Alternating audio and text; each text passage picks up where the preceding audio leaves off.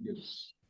Okay, so if you are recording, then we can hear yes, again and again. Okay, thank you. the classes will be all classes will be recorded and will be shared to you on YouTube. Through YouTube, you can access. Any notes or slides you are planning to provide, or how it is? I will see to it, bro. I have Okay, some. Prabhu. I have something planned.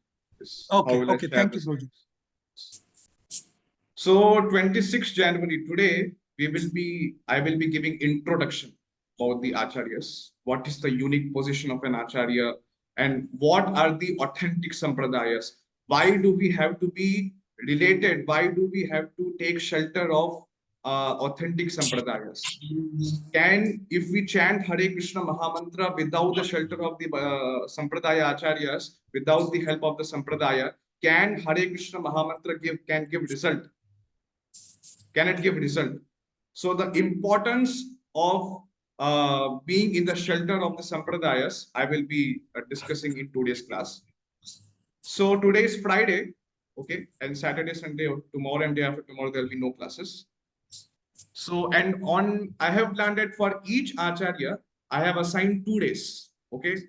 So 2 days, in 2 days, we will be discussing about the life and teachings of one Acharya.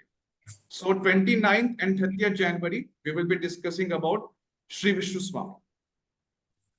31st January and 1st February, we will be discussing about Acharya Sri Nimbarkaditya.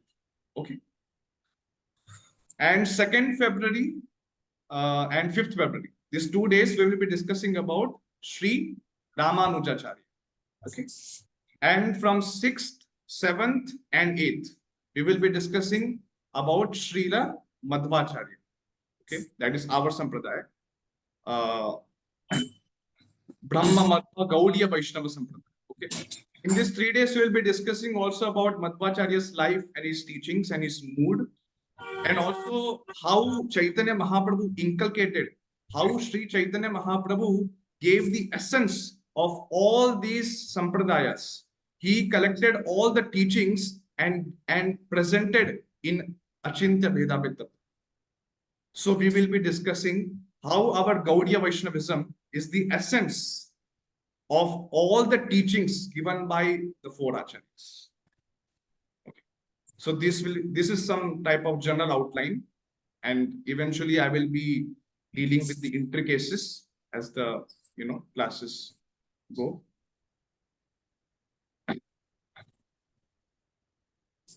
Now something I would like to just introduce about myself. There is nothing to tell much, but so as you know, my name is Chaitanya Jivana, and I am disciple of His Holiness Bhakti Vikas Swami. I underwent my childhood education in Gurukula system. So for 6 years, I was there in Gurukula and underwent education. I would like to request that everyone please mute their mics so that does not create any disturbance. Yes. And after living in that Vedic Gurukulam, we were taught so many things. We were taught general academic subjects, English and other languages, Sanskrit. Mainly we learned Sanskrit. And we also learned Bhagavad Gita, Srimad Bhagavatam, Chaitanya Charitamritam, and other scriptures. Eventually, under the guidance of His Holiness Bhakti Vikas Swami, I was asked to go to Brahmachari Ashram in Salem. And there I underwent Brahmachari training for 4 years, 3 to 4 years. And in Tamil Nadu, I was in Tamil Nadu. And in Tamil Nadu, for 3 to 4 years, I studied Sanskrit Vyakarana, Sanskrit grammar, the Panini Sashtadhyayi, Lagu Siddhanta Kaumudi I studied there under the tutelage of an Acharya. And presently, I am studying Vishishtadvait Vedanta, the philosophy enunciated or propagated by Srila Ramanujacharya. I'm studying presently in Tirupati. In Tirupati, there is a university, National Sanskrit University, and there are many departments. They teach Vishishtadvait Vedanta, they teach Dvaita Vedanta, philosophy propagated by Madhvacharya, and other, other philosophies. So presently, I'm studying the philosophy of Ramanujacharya. So this was some bit of my about myself. Now, in today's class, what we are going to talk about. So first of all, we will talk about the history of the book. What is this book actually? What is the history? How was it compiled? And what is there inside? Then later we will get into the details. We will get into the topic of our course, that is life and teachings of four Vaishnava Acharyas.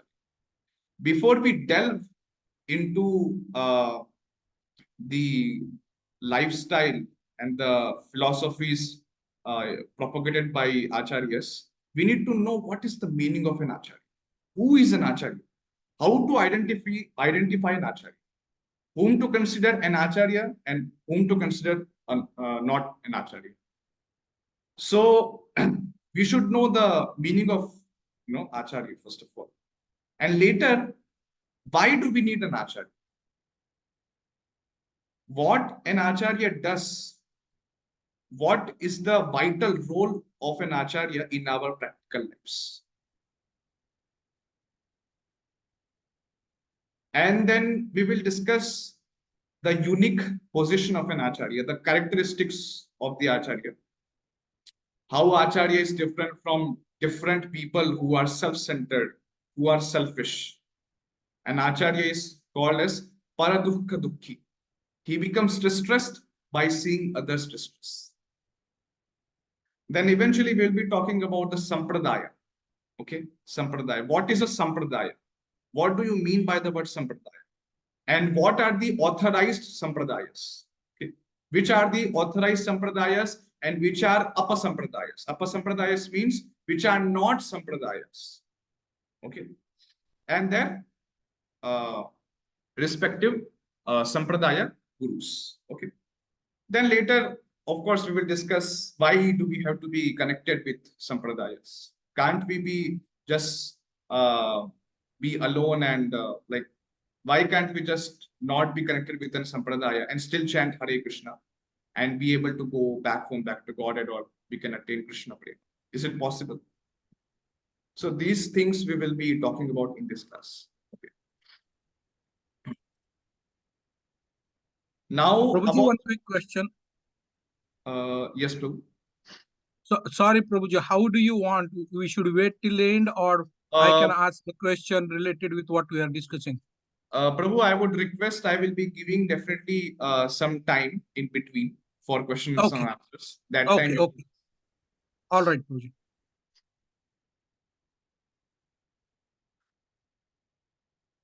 One second.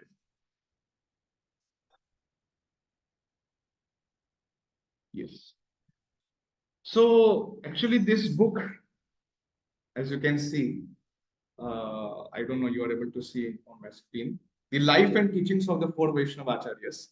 This book is actually compiled based on the essays written by Srila Bhakti Siddhanta Saraswati Thakur. Okay. So directly he did not write this whole book, but the content is of course written by Bhakti Siddhanta Saraswati Thakur. But in 2006, this title was given by some of the disciple of Siddhanta Saraswati Thakur. Okay. So actually in Bengal, people were very ignorant about four acharyas. Who are those four acharyas? And why do we have to follow?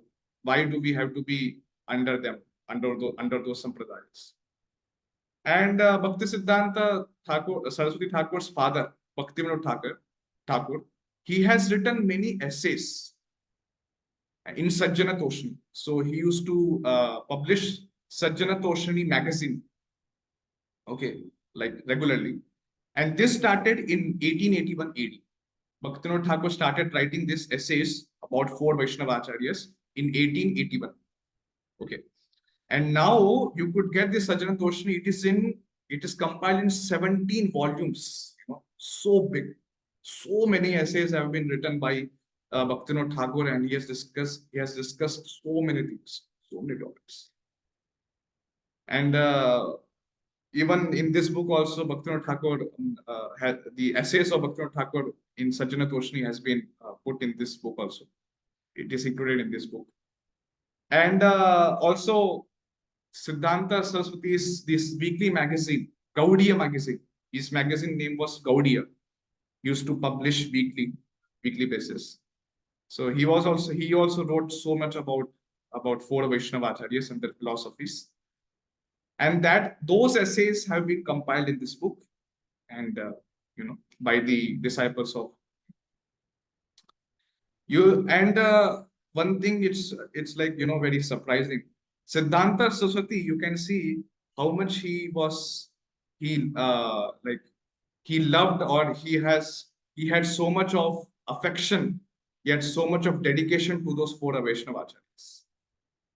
Siddhanta Saraswati, when he was establishing 64 Gaudiya Mathas on different places, the original Gaudiya Matha, what was its name actually? Its name was Madhva Gaudiya Matha. So even the Gaudiya Matha's name, he put it as Madhva. He included the name of Madhva. And also there are some other Gaudiya Mathas also, where he has included the names of these previous Vaishnava Acharyas.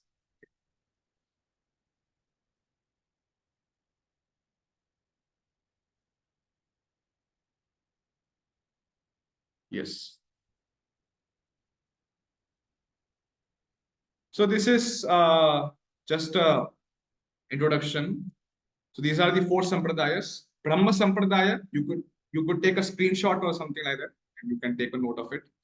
Brahma Sampradaya, Lakshmi Sampradaya or Sri Sampradaya, Rudra Sampradaya, and Kumara Sampradaya. Okay, these are the four authentic sampradayas, four authentic Vaishnava sampradayas. And the propagator, okay, of those sampradayas for Brahma Sampradaya is Madhvacharya and Lord Sri Chaitanya Mahaprabhu. For Sri Sampradaya, Ramanujacharya. For Rudra Sampradaya, who is the propagator? Vishnu Swami, and eventually Vallabhacharya. Okay. And for Kumara Sampradaya, he is Nimbarka Acharya. Okay. And then we can see the Acharyas have written their respective commentaries on Vedanta Sutra. And what are those philosophies which have been enunciated by those Acharyas? For Madhvacharya, he has propagated the philosophy of Shuddha Dvaitava, Shuddha Dvaitava, or Dvaitava. Okay. And Sri Sampradaya, Ramanujacharya propagated Vishishta We will be discussing in detail. Don't worry. Initially, you will be finding these technical terms like overwhelming, but eventually, I will be breaking this terminologies. Vishishta, Advaita, Vada. What does that mean actually? When we will be talking about Ramanujacharya's life and teachings, then I will be discussing everything in detail. Then Rudra Sampradaya. Vishnu Swami propagated Shuddha Dvaitavad. Okay. These are two different things. Okay. Don't get mixed up with Rudra Sampradaya and Brahma Sampradaya, because Madhvacharya enunciated Shuddha Dvaitavad. Okay. Dvaitavad. And here it is Shuddha Dvaitavad. Okay. Shuddha Advaitavad. Purified monism. And Kumara Sampradaya, so Nimbarka Acharya, he propagated Dvaita Dvaita Vada. So these are the philosophies. We'll go further. Now we will get into the definition, the meaning of an Acharya. Who is an Acharya? So we will be referring to the definition given, first of all, by Srila Prabhupada. Srila Prabhupada defines Acharya means Achinoti Yaha Shastrani one who understands the Shastra, the Vedic Shastra, and practices in the practical life, practices in life, and teaches the same thing to his students. That is called an Acharya. Srimad Bhagavatam lecture 3.26.30. Srila Prabhupada explains that Acharya means Achinoti Yaha Shastra. Acharya, first of all, he understands the Shastras perfectly. And then after that, he practices that knowledge in his practical life. So Acharya does not mean that he has so much of theoretical knowledge. No. That theoretical knowledge, that it's not that dry knowledge, but that knowledge is being perfectly realized. He has practiced that knowledge in his practical life, and that is called Vijnanam. That is called Vijnanam. Jnanam is knowledge, but when you apply that same knowledge in your practical life, that is called Vijnanam.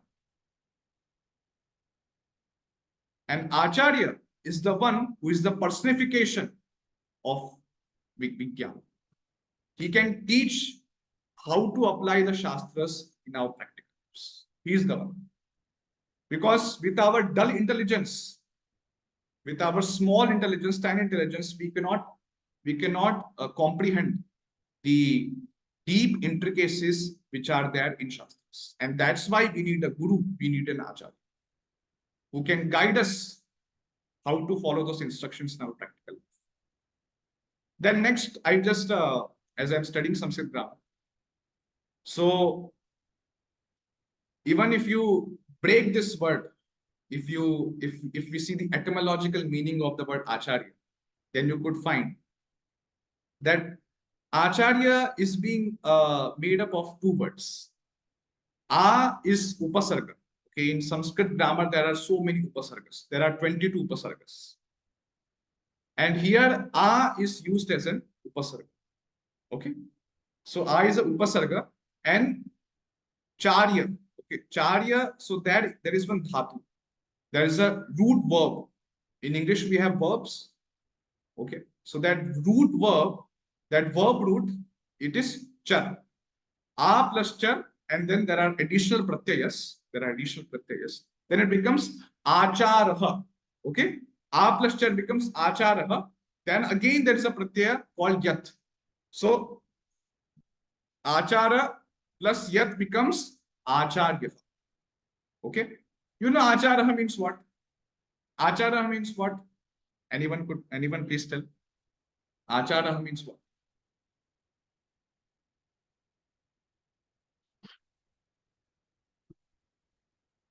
Anyone? Behavior. Yes, behavior or character. Yes. So acharaha plus yat pratyaya. When we apply that yat pratyaya to the acharaha word, then it becomes acharya. So then what does that mean? One whose character or acharaha should be followed by us. One whose character or acharaha should be followed. Like for example, you would have heard devyaha, or someone is pujyaha. Okay, someone is pujyaha. So what is the meaning? So what is the meaning of pujyaha? Worshipable. Devyaha, adorable. Okay, worshipable, adorable, followable. Okay, that able pratyay we apply now. Whenever there is a verb, we apply. So we have to follow. We have to worship. That person is worshipable, and so that's why we have to worship. Similarly, that person is followable. We should follow his character. So that's why it becomes acharya. Okay. Now, according to Srimad Bhagavatam, what is the definition of an acharya? Acharyam mam vijaniyam navamanyeta karhichit namartya buddhya suyeta sarva deva mayogu. Lord Shri Krishna tells to Uddhava in Srimad Bhagavatam 11th canto 17th chapter 27th verse. I would request Archana Mataji to read the translation.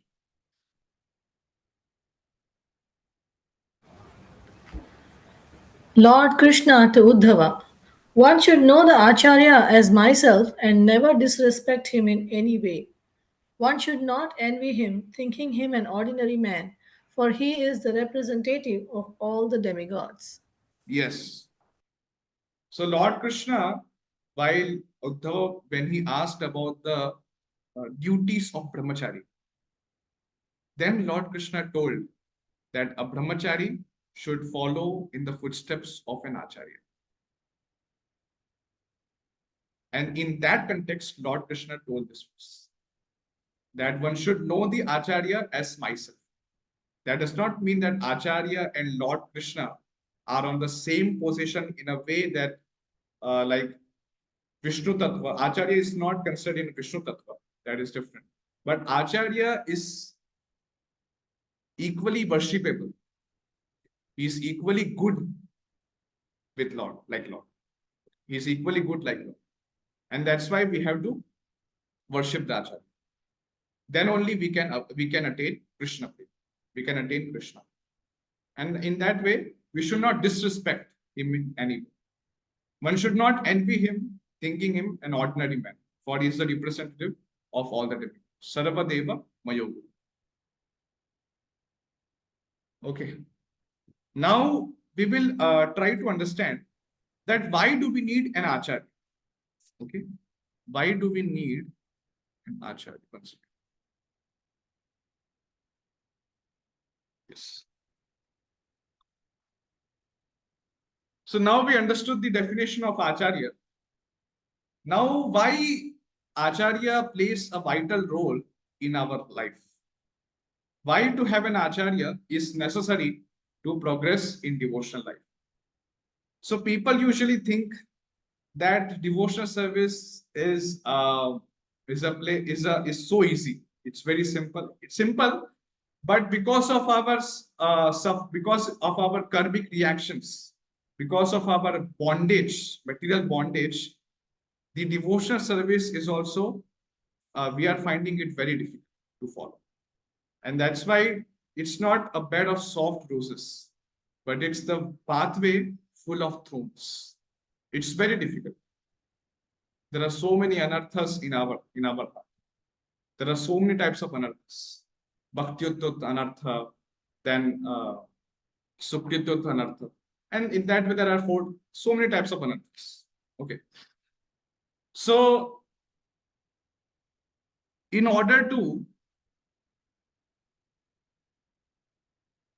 the acharya, what he will do, he will try to help the practitioners of bhakti to find those anarthas, because we ourselves we cannot find that.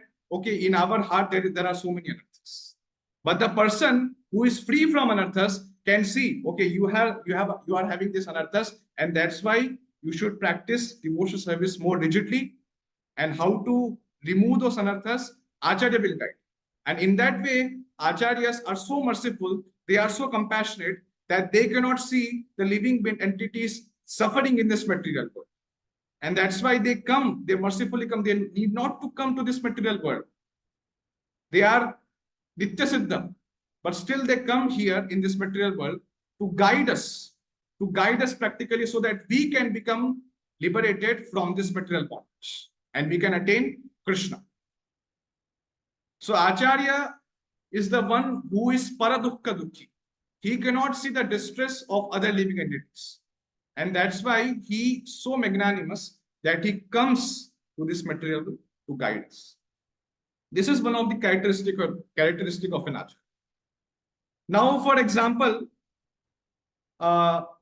despite one can know that, like for example, there are thrones, and even though we know that one's hands may be injured while uprooting thorny bushes, and that wild animals or cruel snakes residing in the bushes may bite, one engaged in such work should not lose enthusiasm for performing his duty.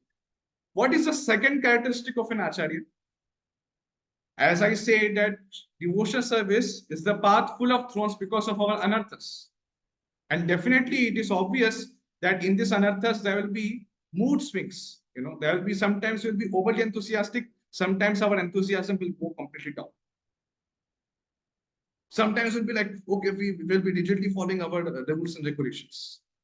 And it'll be like, for some days. But Maya is so strong that eventually that the enthusiasm we have, that philosophy which we have, eventually we will come in the clutches of Maya and eventually again will fall.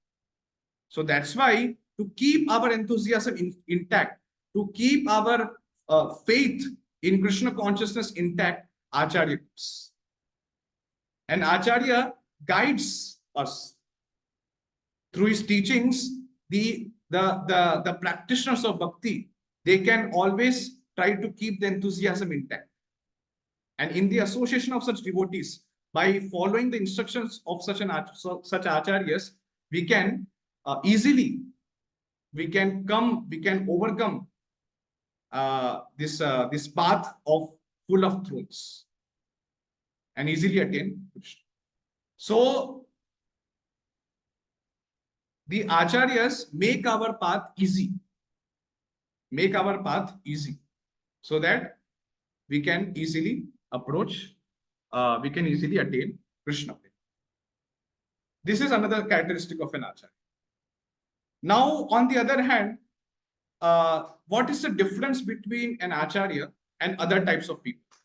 What is that uniqueness in acharya?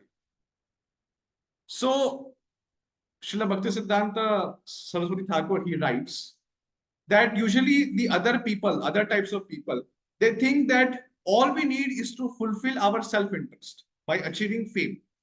Why should we take trouble for others' benefit? There are some class of people, they are only concerned about their self-interest by achieving their own fame. And if they achieve their own personal happiness, they are okay, they are happy. And other people suffering, no problem. Let them suffer. And they don't want to take any trouble. They don't want to take any trouble. They don't want to take any difficulty for others' benefit. Second type of people are Bhajananandis. Let us simply become Bhajananandis, so that we won't have to face any problem. So this is second class of people. They think, okay, I am doing my bhajan, and I will be doing my my sadhana, and eventually I will attain Krishna. But I don't care if other people follow rules and regulations. I don't care. Let them suffer. Okay, I don't have any that type of responsibility. They don't want to take responsibility. But on the other hand, an acharya is so merciful that he's paradukka dukhi. He is not afraid of criticism, even though the acharyas face so many problems. You could see, I will explain these things by examining the lives of the acharyas in Chaitanya Mahaprabhu, Srila Prabhupada. They face so many difficulties in the life. But still, in their mind, because of their magnanimity, because they are so magnanimous, they are so merciful to the living entities, that they take so much of immense sufferings, so much, they take up so much of difficulties to preach Krishna consciousness all over the world. And that's why if there are some people who are envious of the acharyas, even though they might criticize them, they might torture them, but still they will not lose their faith. They will not stop their preaching of Krishna consciousness. Haridas Thakur, he was beaten in 22 markets. He was still, his faith did not, even in an inch, it did not subside. That faith did not get minimized. He was still chanting Hare Krishna, Hare Krishna, Hare Krishna, Mahamantra. This is the characteristic of an acharya. Acharya, it has, even if hundreds of godless people abuse me, I will declare the truth boldly. Even whole world is against me, whole world is godless, and he's opposing me, he's abusing me, he's torturing me, but still I will preach the Krishna consciousness boldly. And the mood of Acharya, see to it. If even one person becomes devotee, I will think that I fulfilled Sri Chaitanya Mahaprabhu's mission. This is the mood of an acharya. Srila Prabhupada himself writes in one of the purports of 6th canto that I will consider my life successful if I convert one person into Krishna consciousness. If I convert one person into I will consider that I have successfully followed my instructions of my Guru Maharaj. So you could see the mood of an Acharya. He is not some type of, like Acharya is like that. He's so strong and he's so merciful.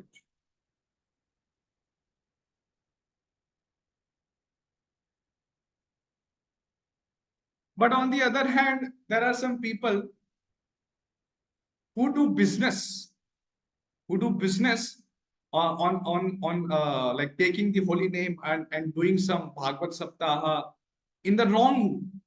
I'm not telling that Bhagavad Saptaha is wrong, but to do Bhagavad Saptaha for material gain, to get money, to get fame, that is wrong.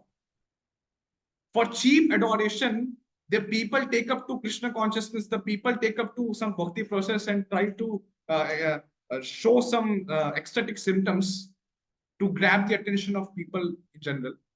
That is nonsense. And the Acharya he will never succumb to such cheap adoration. He will never succumb to this such type of cheap adoration. But Acharya will leave his self-interest and will go out for preaching. And he will try to distribute the message of Godhead. Yare dakho tare kaho Krishna Upadesh. He will follow the instructions of Chaitanya. Now, in the practical lives of devotees, I would like to just examine. Acharyas face so many difficulties. In Bhagavatam, there are samples of examples, but one example I would just like to highlight here. Sri Prahlad Maharaj. When Prahlad Maharaj was small, he was so dear to Hiranyakashipu.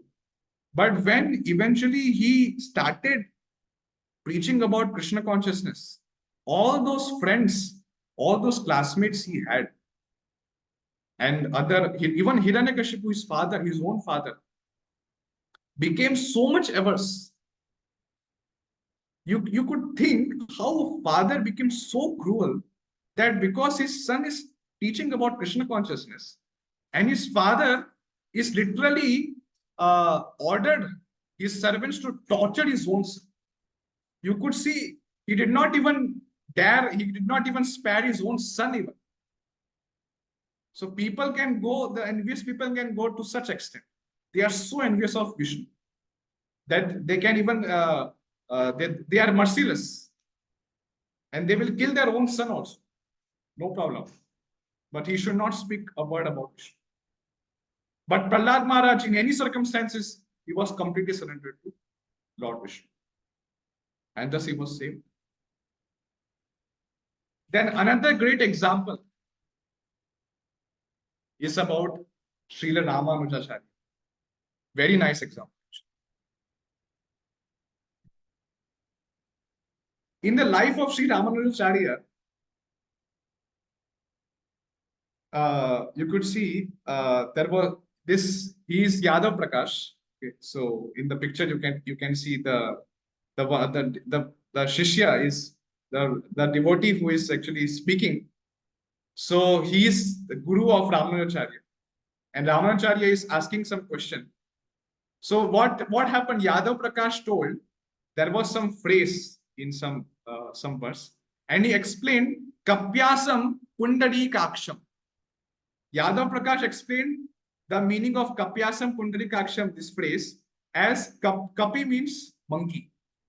Okay, and so obnoxious, actually, so bad explanation he gave about the Lord's eyes.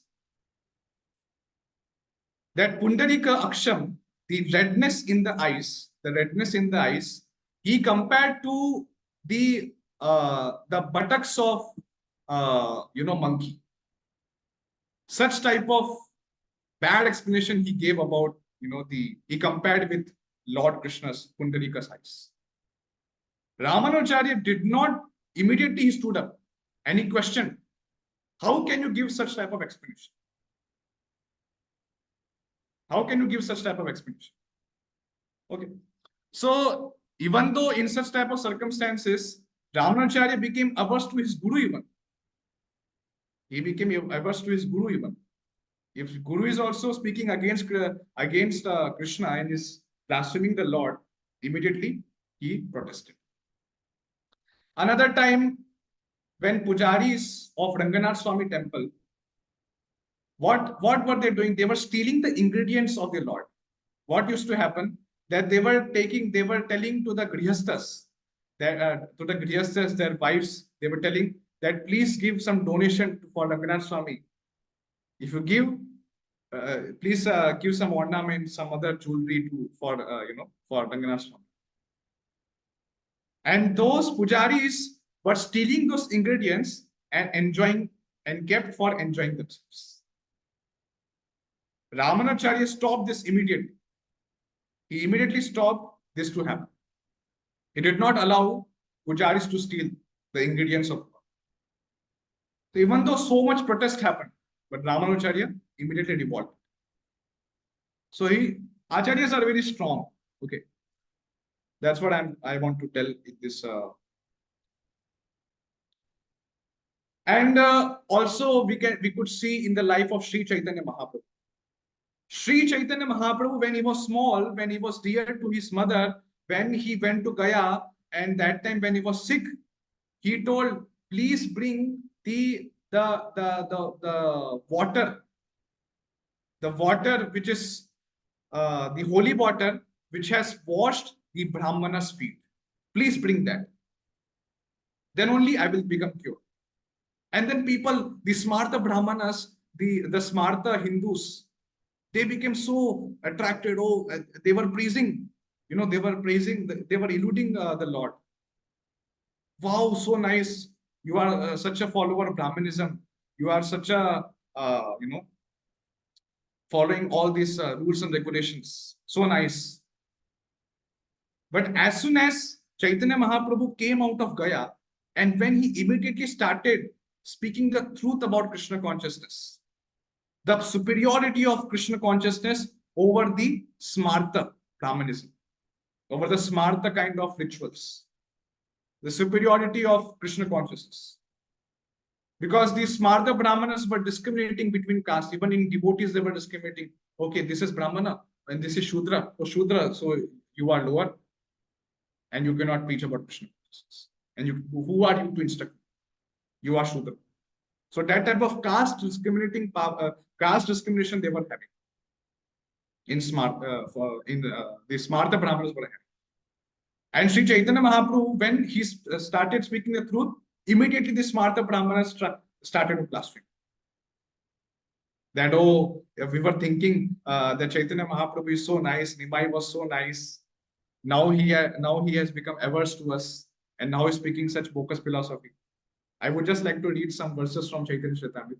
Purva bhale chila ei Nimai Pandita gaya hoite aishya chalai viparit. Nimai Pandit was previously a very good boy, but since he returned from Gaya, he conducts himself differently. Shuni krodha koila saba paduyar gana saba meli kare tabe prabhura ninda. Hearing of the incident, all the students became greatly angry and joined together in criticizing the Lord. Saba desha bhrashta koila ekala nimani brahmana marite chahe dharma haya nai. Nimai Pandit alone has spoiled the entire country, they accused. He wants to strike a caste Brahmana. He has no fear of religious principles. Punaha yadi aiche kare mari be tahar, kon va manusha hoya ki korite par. If he again performs such an atrocious act, certainly we shall retaliate and strike him in turn. What kind of important person is he that he can check us in this way? So Chaitanya Mahaprabhu never became fearful of this smarta Brahmanas and did not change his philosophy about Krishna consciousness, the superiority about Krishna consciousness. So this is like that. The Acharyas are very staunch. Their faith is very strong, and their faith is not slackened so easily. And even though there are so many oppositions from godless people, he will still be doing his best, and he will be completely surrendered unto the Lord. Avashya Rakshibe Krishna. He will be having faith that Lord Krishna will. My duty is to teach about Krishna consciousness to whole world. So in that way, I just wanted to explain the mood of the Acharya, the characteristic of an Acharya. Now, just quickly, I will explain about the Sampradaya. What is the meaning of Sampradaya? Okay. So first of all, we will try to understand what Srila Prabhupada defines. Sampradaya means coming in disciplic succession from the original Guru. Sampradaya means that which is coming in disciplic succession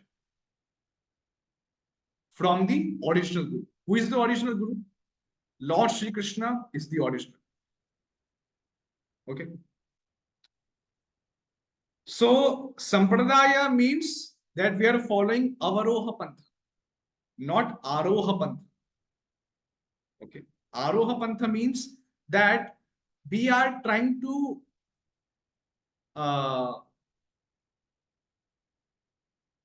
do research. We are trying to understand the knowledge. We are trying to do everything based on our Pratyaksh Praman or Anuman Praman. Empirical philosophers. And they will try to, they will do so much of research. They will do so much of struggle to understand the knowledge. And they will not, even you could see the scientists, they are doing so much of research, this, that, but all the knowledge which scientists are discovering, that is already there thousands of years back. It is written in Shastras. Everything is written in Shastras. But no, scientists, no. We believe only in our eyes. You cannot see what is nearest to your eyes. You cannot see the eyelids even. How can you have faith in your eyes? That's why the wise people will take shelter to the scriptures, the Vedic scriptures. That which we receive, the knowledge we receive in the Sampradaya. Okay. And according to the Sanskrit grammar, again, I would just like to explain this term Sampradaya. What does that mean actually? So here again, there are upasargas. As I explained, there are 22 upasargas. Here there are 2 upasargas being implied. Sam is one upasarga, sam, and pra is also another upasarga. And the dhatu, what is the dhatu here? Da. Da means, da dhatu, what does it mean? To give, to bestow something. And there is some other pratyay which becomes sampradaya. Now, what is the meaning of sam? Sam means sushtu. Sam means sushtu or samyak. Sushtu means what? Good, best. Okay, perfect. That is the meaning of sam. And prakrishta rupena. Pra means prakrishta rupena. Perfectly. Okay. The knowledge which is coming is completely authentic. There is no adulteration in this knowledge which is coming in Sampradaya. And Pradaya means that means which gives. So what does that give? Spiritual knowledge. So the Sampradaya, in Sampradaya, we get Sushtu, Prakrishta Rupena, Adhyatmika Jnana. That which gives perfect knowledge, perfect spiritual knowledge in an authentic way without any adulteration. That is called Sampradaya. That is called Sampradaya. And in our Vaishnava Sampradaya, in our Vaishnavism, there are 4 Sampradayas which are authentic, as I explained before. Okay, there are 4 Sampradayas only which are authentic.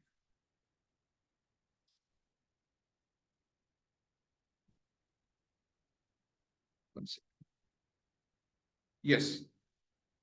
Now in Padma Puran, scriptures, what do they say about Sampradaya?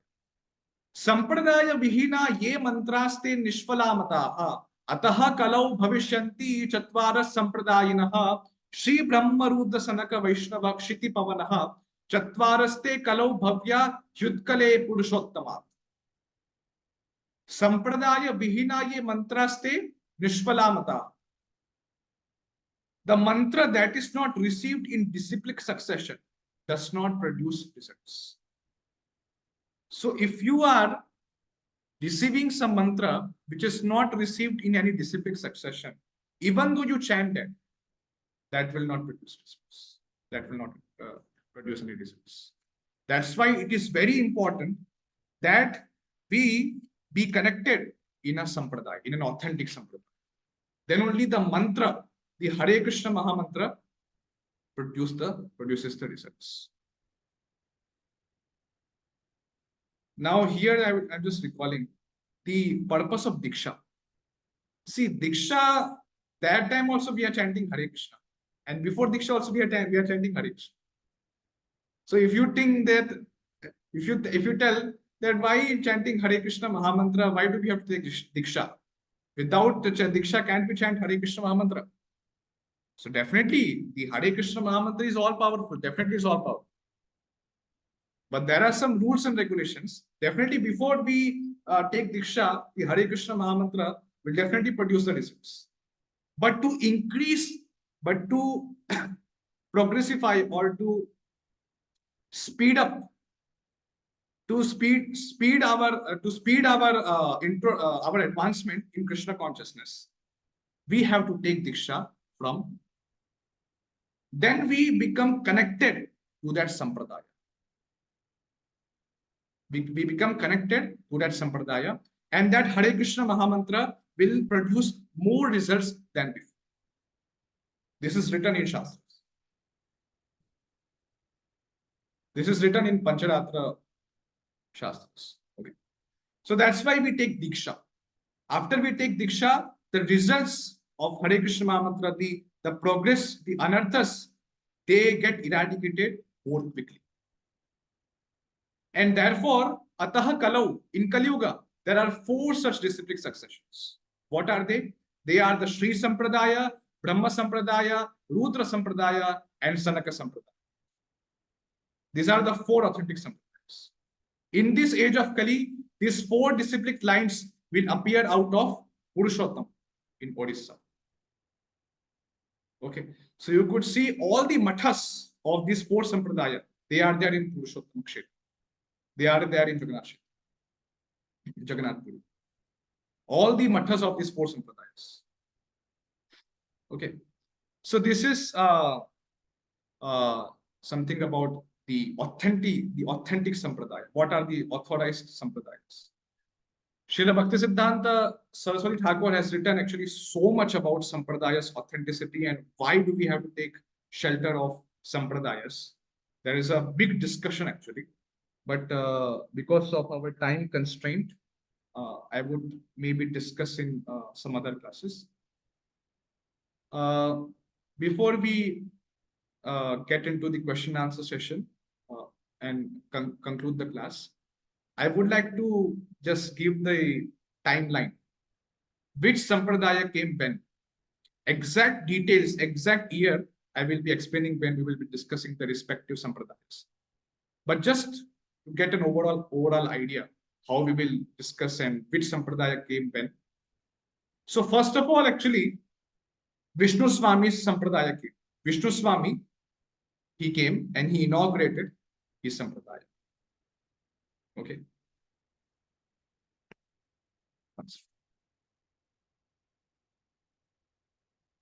Yes. So Sri Rudra, okay, Sri Rudra accepted Sri Vishnu Swami as his representative. So for every sampradaya, there is a designated like presiding deity. Okay, there is a presiding deity, the Lord, the Lord, whom ultimately Lord Krishna is the original guru of all the sampradayas. But there are some representatives of Lord who make some other acharyas as representatives, and they are sent to this material world for fulfilling some specific mission. So Vishnu Swami came first and he inaugurated his sampradaya. Then second, Nimbarkacharya. So Nimbarkacharya, who made Nimbarkacharya as representative? So Sanak, Sanatan, Sanandan, and Sanat Kumar, the four Kumaras, they are they accepted, they sent Nimbarkacharya to this material world to establish the sampradaya. And Nimbarkacharya's sampradaya. Then next is Ramanujacharya sampradaya. So third one is Ramanujacharya, and Sri Devi, Sri Lakshmi Devi is the goddess. So under her blessing, under her guidance, Ramanujacharya was sent, and Ramanujacharya inaugurated Sri Sampradaya and his own philosophy. And at last, Madhvacharya inaugurated Madhva Sampradaya. Okay. So who is the presiding deity of Madhvacharya? Like who made Madhvacharya representative? Lord. Okay. So in that way, these are the four sampradayas in chronological order. First Vishnu Swami, second Nimbarkacharya, third Ramanujacharya, and fourth is. Okay. About each acharya, why we will be discussing actually why do we need four sampradayas? Why there are four sampradayas? Can there be only one sampradaya? Why there are different disciplic successions and different philosophies? If they are all leading to, if they are all Vaishnava sampradayas, and if they are all leading to the same, ultimately Vishnu Bhakti, ultimately moksha, then why these other different sampradayas? Why different acharyas came and different Lord has sent them here? So what is the mood? What is the mission of each sampradaya? We'll be discussing explicitly in the coming days. Okay. Yes, and so in that way, I would like to conclude the class. So just something regarding the next class, what we will be discussing. We will be discussing the life and teachings of Srila Vishnu Swami. The first Srila Vishnu Swami we will be discussing, and also about Vallabhacharya. So first of all, we will be discussing the Siddhanta, the philosophical exposition, the philosophy which is being enunciated, which is being propagated by Sri Vishnu Swami. What is that? Shuddhadvaitama. Okay, Shuddhadvaitama. Pure monism. We will be discussing. Then we will be discussing his Siddhanta considering the living entities. Okay, Jiva. We will be discussing about Jiva. His Siddhanta regarding Jiva. Then next is his Siddhanta regarding material world or Prakriti. Okay, Prakriti. Then his Siddhanta regarding the Supreme Lord, about Ishvara. So as you know, in Bhagavad Gita, there are 5 topics. Ishvara, Jiva, Kala, Prakriti, Karma.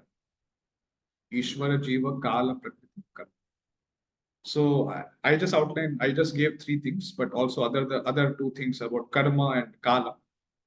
Vishnu Swami has also told about that in detail. We will be discussing that also. So in that way, for each acharya, we will be discussing their viewpoint about these topics, this 5 tattva. And eventually, we will try to understand where do we belong, actually. Where our Gaudiya Vaishnavism, our Gaudiya Vaishnava Sampradaya fits. In which Sampradaya does it fit? And how do we actually belong to that Sampradaya? How our Gaudiya Vaishnava Sampradaya is authentic. We are not chanting Hare Krishna Mahamantra like, it's not that our Sampradaya, this ISKCON, this ISKCON is another, like it's another organization of Brahma Madhva Gaudiya Vaishnava Sampradaya. So we are following that Sampradaya. So how we are actually following Madhva's philosophy and how Chaitanya Mahaprabhu gave the essence of all the sampradayas in Achintya Bhedabhet. So that we will be discussing in further classes. So this was some, yeah. So in that way, I would like to conclude here. If anyone has any questions, you could ask now.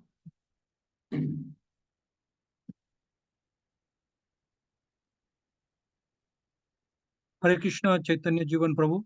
Pranam. Yes, Pranam. Very, very nice class, Prabhuji. My question is, in Vaisnava, means we discussed that there are 4 sampradaya. Yes. And recently, when 22nd January, the Ram Lalla's Pran Pratishtha happened, that Ramananda, Ramanandacharya, whose disciple is Rambhadracharya. So they said that there are 6 sampradaya, and one of the like 5th and 6th, I don't remember exactly, but the 5th or 6th is the Ramanandacharya, who is the Acharya they come. Understood. Yes. So why those things are not matching up? Yes. Why there are 6? And another question is, we called Rudra Sampradaya in our 4 sampradayas. Yes. But then also we hear that there is a Shakta Sampradaya, there is a Shaiva Sampradaya, and what is all those things? Can you explain that, please? Prabhu, actually, these all topics which you are telling now, I have everything I have planned.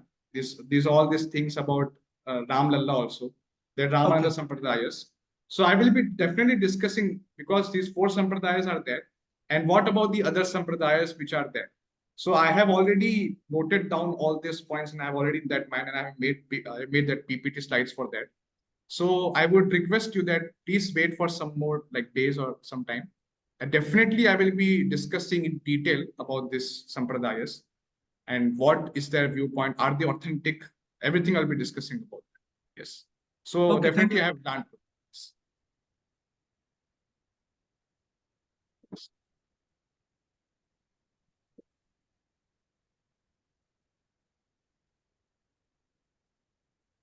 Any other questions?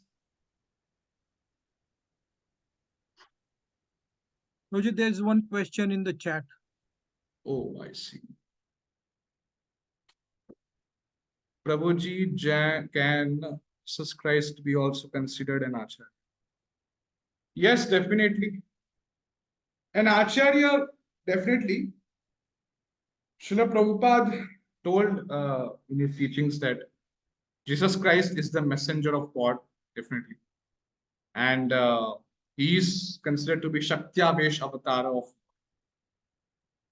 And he tells, even Prabhupada, Srila Prabhupada tells that the teachings of Jesus you can follow, but not explicitly that Jesus Christ, when he came, we have to understand actually. See, the Acharyas come at different times. Madhvacharya came, before that Ramanacharya came, Nimbarkacharya came, Vishnu Swami came. So why they came? Why Vishnu Swami did not come in the time of Madhvacharya? So these Acharyas, like for example, Jesus Christ was in Shaktavesh avatar of Lord. So when that time there was so much of, there was so much of meat eating and different things going on. So that time Jesus Christ came and he propounded some teachings which are prevalent even today also for Christian people. But that time the teachings were meant, he explained according to the time, place, and circumstance. Okay, according to the time, place, circumstance. But Jesus Christ did not explicitly tell, because that was not the right time, that whatever order is given by the Lord, Jesus Christ did, and then he left. So the Acharyas come here for specific purpose, and when their work is over, they go back. Okay, so that's why Jesus Christ, he did not explicitly told so much about Krishna Prema and told about like he pronounced the name Krishna, and like we have to do bhakti and we have to chant Hare Krishna Mahamantra. In that way, he did not tell explicitly. Because he came here for some specific purpose, and when his purpose was solved, when his purpose was done, then he went. So, in that way, we have to understand. Yes, Hare Krishna, Dandavats, Prabhuji, all four sampradayas have origin from Purushottam, as such Lokam. So, does Purushottam here means Lord Jagannath? Yes, yes. Utkala, correct. So, in Purushottama Kshetra, you can find all the Gaudiya, all the mathas are there for of all the sampradayas.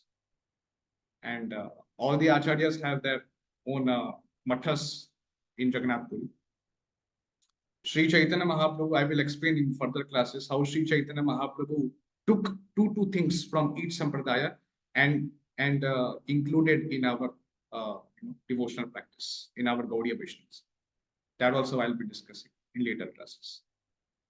So definitely Chaitanya Mahaprabhu gave the essence of the four sampradayas, and so that we can easily he made our path very easy. Sri Chaitanya Mahaprabhu, considering that the Kali Yuga people, eventually our brains are becoming dull and we cannot follow, we cannot understand so much technical philosophy and this and that.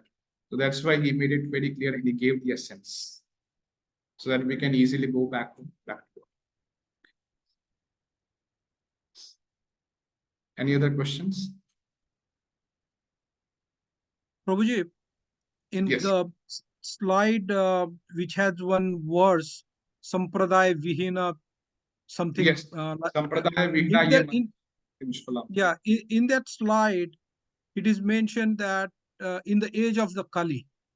Yes. So does this mean that there were different sampradayas in other yugas? If this is only for the age of Kali, what was the situation in Dwapar Yuga or Treta Yuga or Satya Yuga?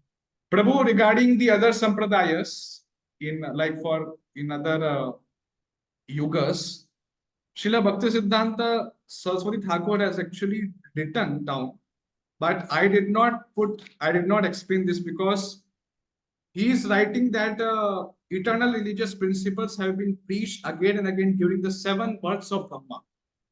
And definitely in different yuga, some different sampradaya is being initiated. Definitely there is that.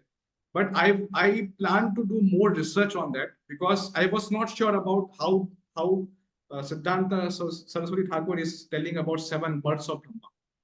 So what is he referring about that births? Actually, like how like Brahma can have like some Brahma is of course having the like birth, but there can be some small pralaya. Then again he comes. Then there is a pralaya. Then again he takes like he wakes up. So here why he's telling 6 births or 7 births, I don't know. That's why I have to do some more research, and then only I can explain that in which yuga and in which birth of Brahma, which sampradaya was propagated. But here the shloka which is there in Padma Puran, which is there, here it is talking about Kali Yuga. So in Kali Yuga, these 4 sampradayas were here. But about other yugas, I'm yet to do more research. Because Prabhu, this sampradaya topic is very technical, and without very good research, we cannot understand actually. I can speak anything, but it will not be properly presented. So as I'm living in Tirupati also, so there are really very good Brahmanas and here very good scholars in Tirupati. And I will try to ask some senior devotees, some senior Brahmanas here, so they can explain me what is actually this 7 births of Brahma. So after some maybe 2-3 days when I will do my research, then I will explain this topic. Thank you, Prabhuji. How many of you have this book? This Siddhanta Saraswati Thakur's book. Anyone is having hard copy?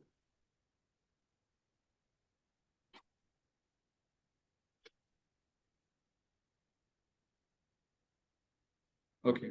We don't have, Prabhuji. Yeah, no problem. I would just request if those who are comfortable with Hindi, those who can read Hindi, you could. I will send in group. I will send in WhatsApp group. There is a I think Narayan Maharaj, disciple of Siddhanta Saraswati Thakur, he has actually translated this whole book in Hindi, and very nicely has translated.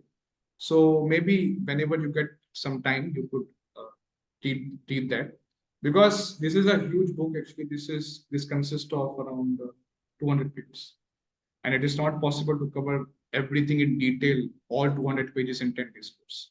So if you are interested more in intricate details, then you could read that book and we can discuss. I will send that file in there. But English file, that in this English book, I don't have in PDF format.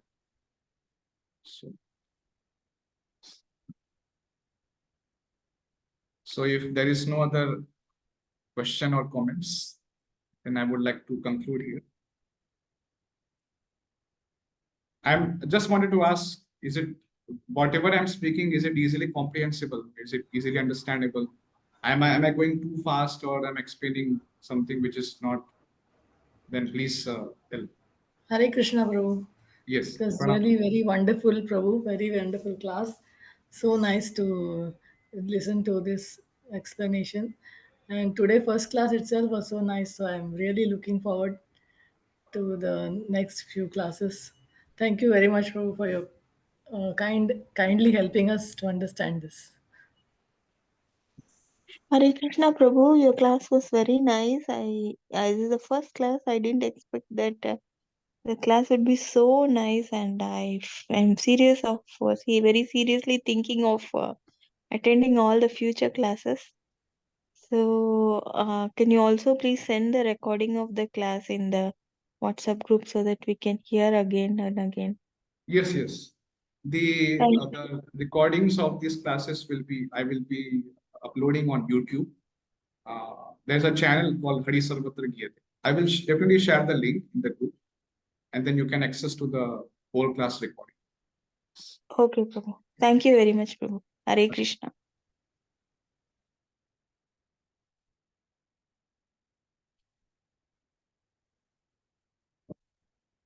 वांछा कल्पतरुभ्यश्च कृपा सिन्धुभ्यैव च पतितानां पावनेभ्यो वैष्णवेभ्यो।